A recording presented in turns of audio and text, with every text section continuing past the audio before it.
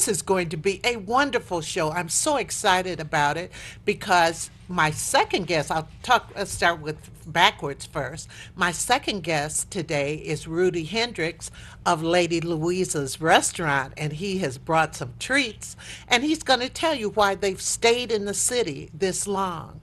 But I'd like to introduce as my first guest, I'm very excited to have them here. They've been all over, courtesy of CNN, and they've graced us this morning. Mr. Sebastian and Mrs. Gabrielle Jackson. Good morning. Good Good morning. Good morning. morning. Thanks for having us. And they are the owners of no, the social club grooming company. Yep. Yes. Okay, let's tell our audience about the social club grooming. Tell them what it is. Yeah. Well, the social club is a barbershop that impacts community and the natural environment. We pride ourselves on cutting hair really, really well in order to attract uh, people from the community of all different makeups, really. And we collect the hair that we cut. We use that hair in compost. The 15% nitrogen in that hair helps to plant trees. And we also do shop talks to bring the community together around interesting conversations. So we want to have world-class barbers and stylists cutting hair, and we want to have world-class conversations. World class. Well, before we go into that, people have to know a little about the two of you, Yeah. where you came from. How did you get this fire under you? I'll start with you, Sebastian. Are you originally from Detroit? I'm actually from Flint. I was born in Flint, Michigan. Flint. And I grew up in Detroit on Joy Road. And what? Joy Road in Granville. Oh, Yep, okay. yep. And then I moved to Kalamazoo to go to middle school and high school. Came back here to go to Wayne State, public relations.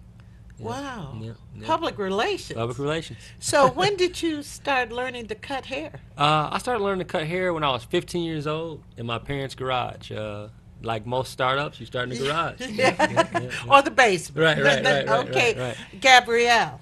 So I'm from Southfield, Michigan, born and raised. I left for a couple years, went to Kalamazoo to go to Western, and then I transferred back here to Wayne State, and that's where we met. And there I studied engineering. And I worked in engineering for a few years, but decided to focus my attention on our business. So. Great. And okay, disclosure. I've known her since she was 13 years old. She was one of my students, and she worked in my drama program. She was in the tech field. Mm-hmm. She was in the tech, so you knew she was going to probably be an engineer. I was her mother's teacher also, so And my sister. and her sister. Yes. So, but I'm so proud of her and Sebastian because they went into the entrepreneurial thing. They didn't sit up and say, we're going to work for someone forever. You had an idea. Now, when did you graduate, Sebastian? I came out of high school '04, Wayne State, and I want to say 11 or 12. I want to say, yeah. And I actually worked in a shop called Salon X that was on Wayne State's campus while I was in school, and I proposed to the owner of that shop that I wanted to own it with him. I wrote a business plan. I actually wrote 4 business plans. 3 were declined, 1 was approved, and I was able to get it open while in my last semester. Wow. Yeah. So that's when you opened it? Yeah, while in school. Yeah. Now, where exactly is it located? It's located right on Wayne State's campus under the dorms on Anthony Wayne Drive in Warren. Yes. Yep. So Anthony Wayne Drive in Warren. It's actually 3rd Street in Warren, but on Wayne State's campus, it's Anthony Okay. Wayne Drive. Yeah. Okay. Yeah. So you two met, and he told you he wanted to be a barber. And you said what? Well, when we met, he was a barber. Yeah. That's Oh, actually I met him in Salon X where he was working at. Yeah. I went in there one day and I met him. I said, "Oh, he's kind of cute, you know." That's what we do. You know.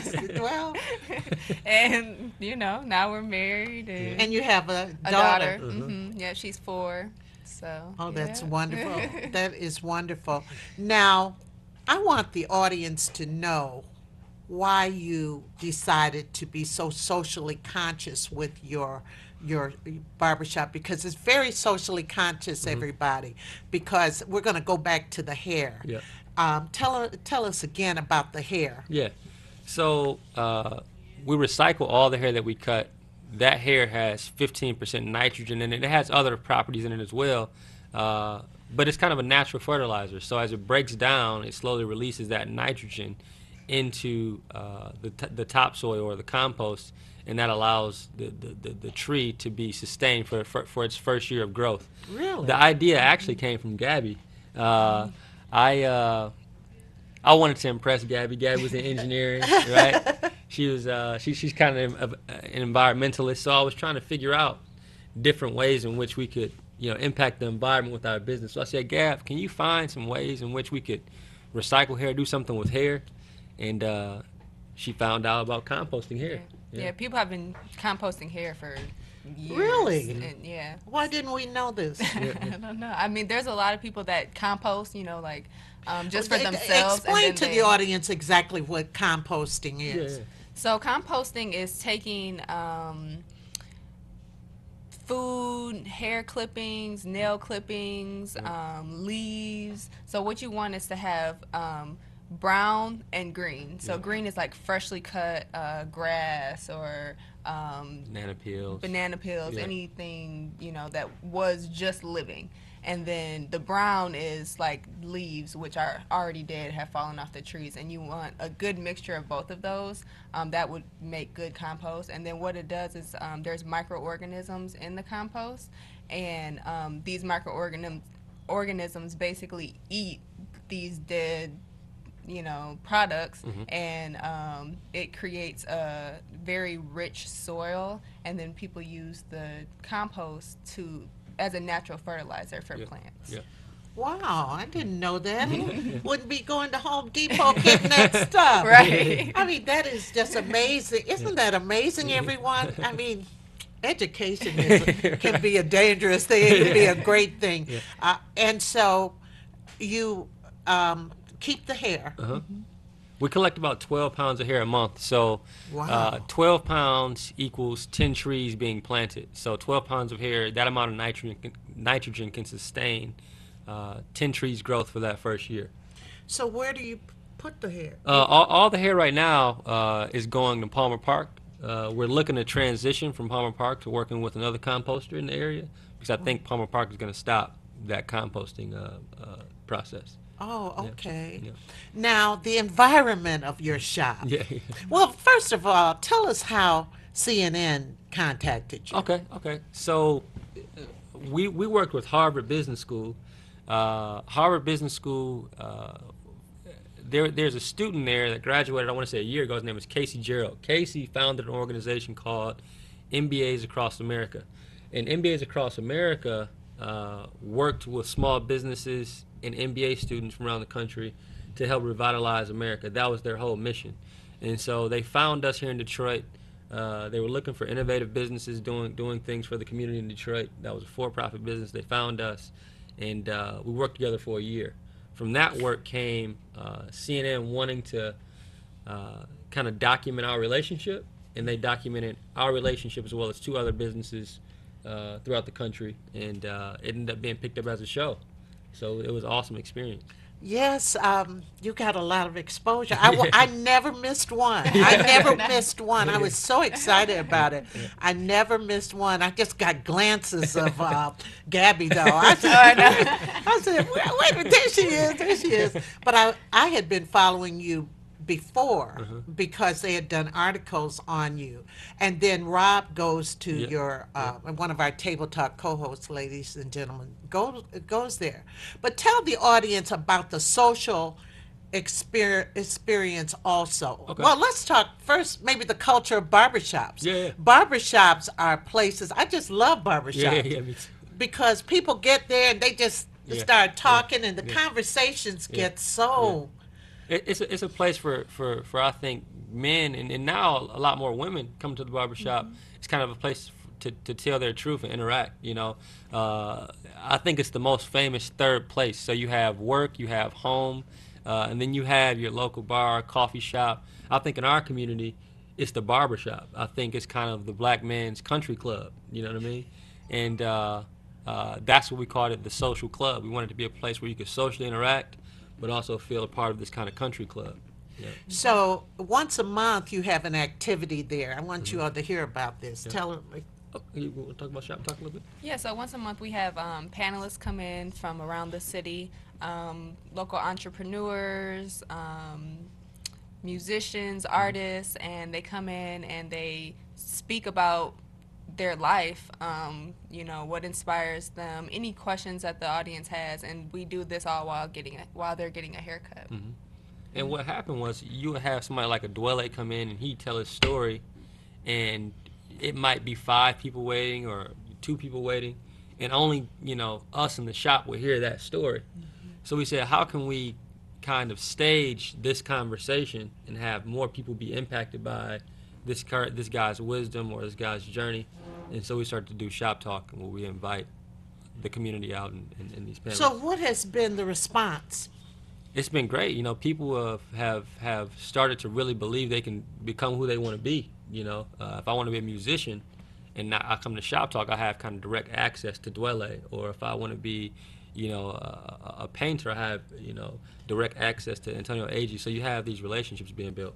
Okay, and then business-wise Right. also. Right, absolutely. That's very important. Mm-hmm. And the thing about it is that I always found that the barbershop, I guess some salons, if you're a regular at a salon, woman's salon, it's conducive to let me just let loose. Yeah. I've got to get comfortable. I'm being unmasked in a way because my hair is leaving. Yeah.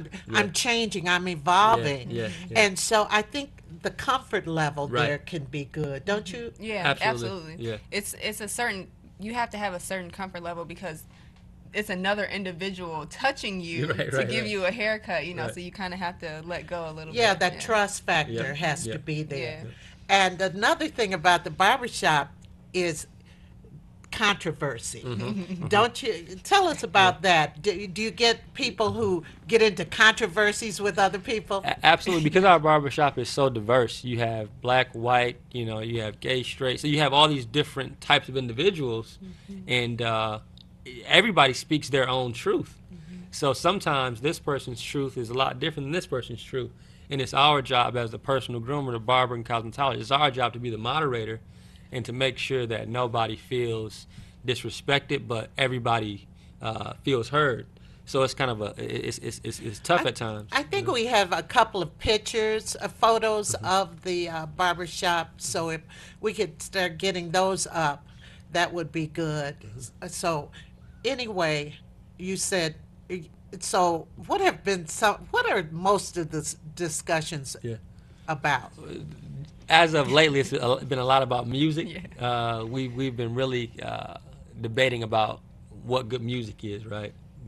Right. And then you get people that are from beyond our generation, and we're debating on kind of that generational gap between music of the past, music of now. Oh, Diff- yeah, di- I di- need to be in there. I really need to be in there because the lack of creativity with some of this music is is amazing. Yeah. Well, we get into that discussion. Well, do you have all age groups who come? Absolutely, yeah. Because that's from- what I want the baby boomers Yeah, represented. Yeah, we had a 2-year-old yesterday getting his first haircut, and we have I don't know, everybody, everybody. Yeah. We got a guy that comes in here, John Brown, I don't know, maybe he's 80, 90.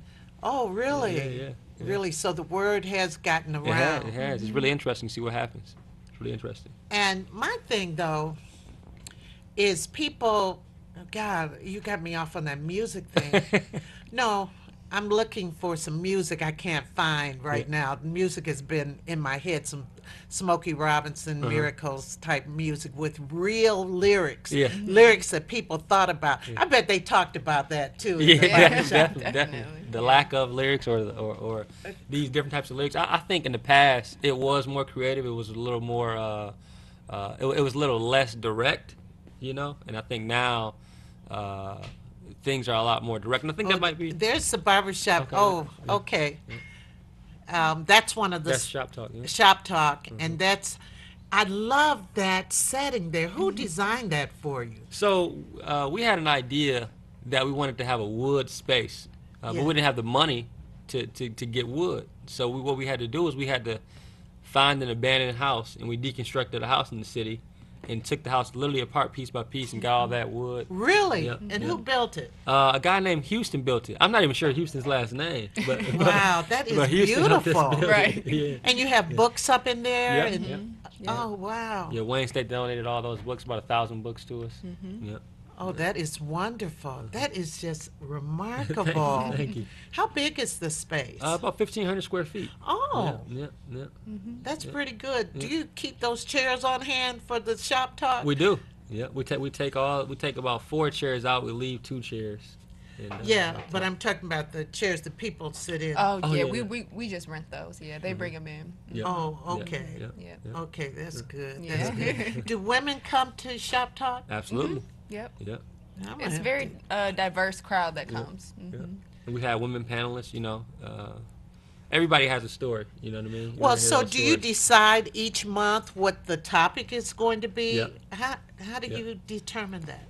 We kind of just use our personal network, and we decide, who we have access to that month. We see who we have access to, and we kind of, once we find 2 or 3 panelists, we say, okay, they have this in common, the arts, or, so if we have a musician, a visual artist that paints, we had George Nanamdi speak, we had Tommy Walker, and we had a lady that builds houses for literary artists. So that was about using art to impact the city.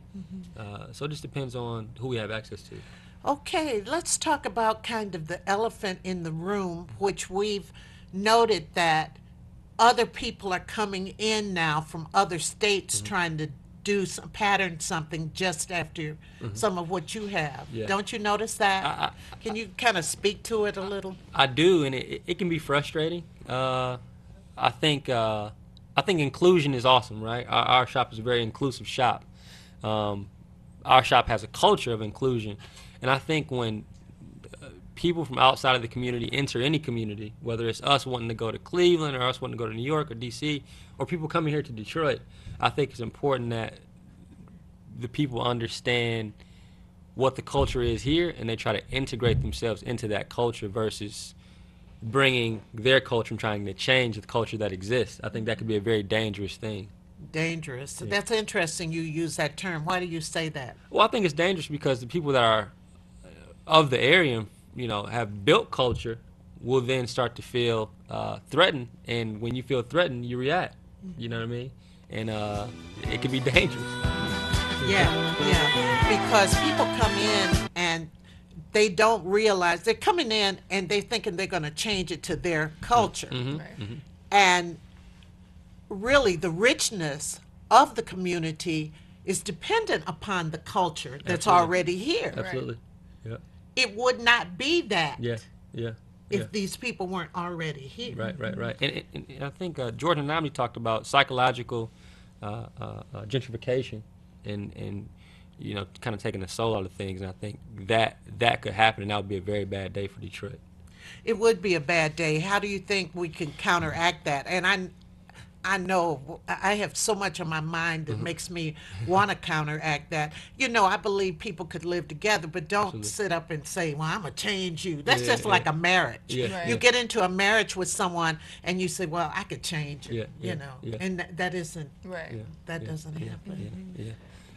I think one, the community that exists here has to be proactive in getting involved, and the people that are in control, people that have some of these neighborhood organizations and community development corporations, has to be more inclusive and has to, look at people that have been here for longer than 3 years, 5 years, 10 years, and start to figure out some of the businesses that have been here, how they've been able to stay, what do they need to beef up a bit. If you're bringing in other barber shops or other coffee shops or other restaurants, let's take a look at some of the restaurants that have been here for 10 years, 15 years. Let's give them that $150,000 loan, to open up another shop downtown or midtown or things like that. So I think that's what needs to happen. What about you guys? Yeah, I agree. Well, the thing is that, okay, we know what's happening with some businesses downtown, right? Yeah. There's some businesses that have been in a place for 30 years Right. and they're being moved out, but there are like a couple of sides to that because people are saying, well, why were you renting for 30 Yeah. years? Tell me, is there any danger of you all having that same situation happen to you? Yeah. I don't think for us that would be a danger. I definitely Are you buying your we're space? not, we are No, renting, yeah, we're and I think in renting. the future we'll definitely be buying a property, whether it's a building or you know some type of property. I think buying is definitely important, but it's becoming right now. It's becoming something that's not, you know, available. Right. So we've got to figure out how we can pool our money together, start buying some of these properties, and you know, I think that's what has to That's happen. what's been said for a Yeah. while. And I don't know what it is. Maybe it's with some of our people Mm-hmm. where we're so reluctant to get into, have consortiums Mm-hmm. to let's get this together, let's get that together so we can sustain. Yeah. Yeah. And sustainability is so important. Yeah. Yeah, I think George and Andy brought up another good point during our shop talk in that there's so many neighborhoods that are, you know, falling apart because people are moving out when, you know, our generation, if we're looking to buy houses, why don't we get with all of our friends and buy houses in all the same neighborhood and bring that neighborhood back up? Yeah. It's a very easy thing to do if everyone just pulls together. Yeah. Yeah, yeah, because it can be. One thing about it, though, you mentioned the right word, proactive. So many times we react Right. instead of jumping on top of Right. it early. Right. Right. Where do you see yourself in 5 years? In 5 years, I think the social club will have close to 96 shops globally. 96. Yeah, we want a franchise, so we're looking to open up in the next 5 years 96 franchise locations, 4 privately owned locations, and I think we'll have at least 32 partners that have partnered with barbers, so other barbers like me now can benefit from the brand that we've built, and they can have ownership in what we're building. Yeah. Wow, 96. Where'd you get that number? So, a mentor of mine, his name is Gordon Logan. Gordon Logan owns Sports Clips. He has 1,300 locations. Is that the guy who was on He was on the sh- CNN? he was on the show, Yeah, yep. I saw him. So Gordon, what they do is when And they he's open a black man. what we he's Caucasian. He's Caucasian. Yeah, the Caucasian man. Yeah, that's right. Yep. So Jill Ford, a black lady, and Gordon, having those two on the team, we really understand the franchising process now. So Gordon, he franchises 3 at a time. So if he sells one, you know, to Gabby's responsible to open 3 of them. You know, so we want to open up in 32 different markets, and 32 times 3 is 96. Right. Yeah. And it's not to say that they have to open it up 3 right away. Right. But they're just, it's a contract Yeah, that they yeah. will open up 3. Yeah.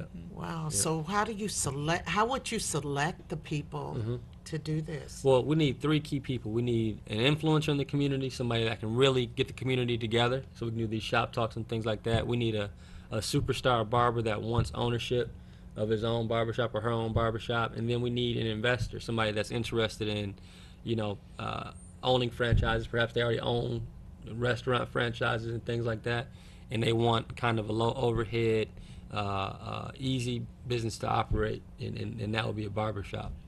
Well, I think that that's doable. I really think it's doable, and I just love your vision. Yeah, thank you. The vision is a great vision, and you know it's a lot of work.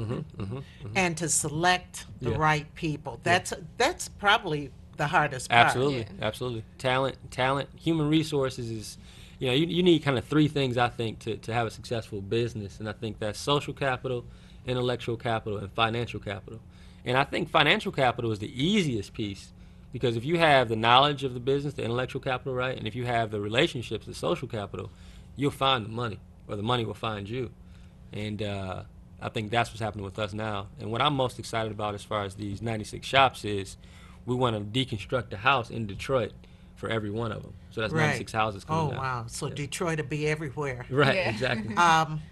But you see, you have something that people can look at. You have already a track record, and that's part of it. I know people who want to do things, but they don't have a track record. Sometimes you got to start small and get that Absolutely. track record. Absolutely. Well, tell our audience again where your shop is. It's the Social Club Grooming company. Yeah. Grooming Company. Yep. Social Club Grooming Company. Tell us where the address and everything. And we're located at 5272 Anthony Wayne Drive. Our phone number is 313-832-4950. And you can follow us on Instagram, which is Social Club DET. Now, do you have to make appointments? You don't have to make appointments. We do take appointments, though. So if you do walk in and someone has an appointment, then obviously the person with the appointment will go first. But it just depends on the day. I would suggest around the weekend time to have an appointment, Yeah. but maybe earlier in the week. What days are you open? We're open Monday through Saturday, Monday through Thursday 10 to 6, Friday 10 to 7, and Saturday 10 to 6. And we are looking for talent. So if Yes. you're a licensed barber or cosmetologist, come see us. Okay, this is great. It is my pleasure, my honor, my so much. honor. Thanks so much. And I'm going to get down there. I'm going to get down there. Good. Ladies and gentlemen, stay tuned for some wonderful food from Lady Louisa's restaurant.